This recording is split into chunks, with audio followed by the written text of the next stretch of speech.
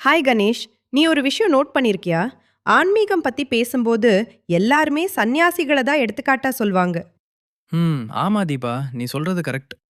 வீட்டை விட்டு வெளியே போனாதான் ஆன்மீகத்துல ஈடுபட முடியும்னு பொதுவா ஒரு நம்பிக்கை இருக்கு. ஆனா சுவாமி விவேகானந்தர் அதை உடைச்சாரு. அவர் சொன்னது என்னன்னா, உலகத்திலிருந்து ஓடாதீர், உலகினுள் இருந்தபடியே மனதளவில் துறவு கொள்வீர். That's powerful. அதாவது வீட்டை விட்டு போக வேண்டியதில்ல, மனசமாச்சினா போதும். அவர் இன்னொரு விஷயமும் சொன்னார். கிருஹஸ்தர், அதாவது இல்லறவாசியே சமூகத்தின் முதுகெலும்பு. அவர் கூறியது, கிருஹஸ்த வாழ்க்கையே சமுதாயத்தின் அடித்தளம். அது இல்லையேல் எந்த தர்மமும் நிலைக்க முடியாது. அப்படின்னா இல்லற வாழ்க்கை தாழ்ந்தது இல்லையா? இல்ல, அது ஒரு உயர்ந்த பொறுப்பு. சரி, ப்ராக்டிக்கலா பேசுவோம். EMI, office stress, family issues, இது எல்லாத்தோட எப்படி ஆன்மீகமா இருக்கிறது? அது நிச்சயமா முடியும். அந்த நிலைக்கு பேர் கர்மயோகம். விவேகானந்தர் சொன்னார், பயன் கருதாது கடமையை நிறைவேற்றிடுவீர், செயற்பாடே உமது வழிபாடாகட்டும். அதாவது ரிசல்ட்டுக்கு அட்டாச் ஆகாம வேலை செய்யணும். கரெக்ட். ஆபீஸ்ல கடமையான உழைப்பு, வீட்டில் அன்பான சேவை. இது ரெண்டுலயுமே ஈகோ இல்லாம இருந்தா அது யோகமாகிடும். வீட்ல அதிக பிரச்சனை வருது எக்ஸ்பெக்டேஷன்ஸ்னால தான். எக்ஸாக்ட்லி. அதனால தான் அவர் சொன்னார், பற்றுதலே துன்பத்தின் மூல காரணம். அன்பு என்பது விரிவடைதல், அதாவது லவ் என்பது எக்ஸ்பேண்ட் ஆகிற விஷயம். அட்டாச்மெண்ட் என்பது கண்ட்ரோல் பண்ற விஷயம். தட் மீன்ஸ் கட்டுப்படுத்தாமல் அன்பு செலுத்துவது, அதுவே நாம் வீட்டில் செய்ய வேண்டிய ஸ்பிரிச்சுவல் பிராக்டிஸ். சரி, இன்னொரு டவுட். பணம் சம்பாதிப்பது ஆன்மீகத்துக்கு எதிரியா? இல்லவே இல்ல. அவர் வெல்த்தை எதிர்க்கவே இல்ல. ஆனா ஸ்லேவரியை எதிர்த்தார்.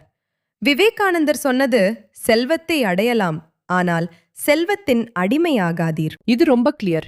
Earn honestly, live simply, share generously. அதனால்தான் விவேகானந்தர் சொன்னார், அன்பும் சேவையும் இணைந்திடும் இடமே உண்மையான ஆன்மீகம். பேரண்டிங் பத்தி விவேகானந்தர் ரொம்ப ஸ்ட்ராங்கா பேசினார் இல்லையா?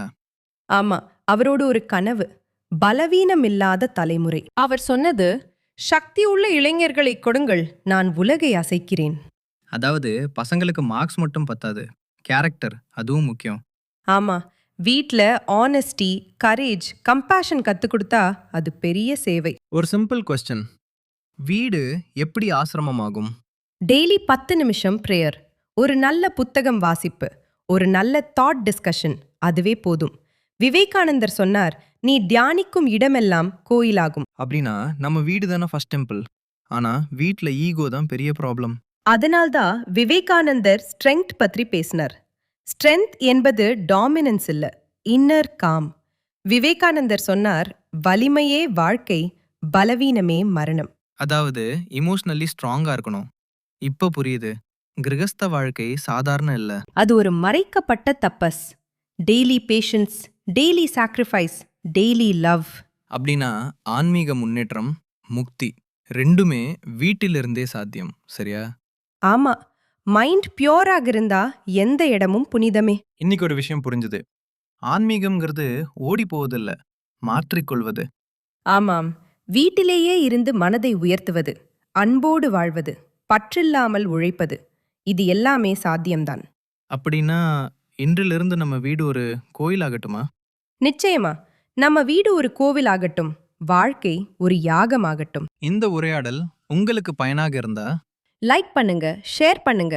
இந்த மாதிரி ஆன்மீக உரையாடல்களுக்கு சப்ஸ்கிரைப் பண்ண மறக்காதீங்க.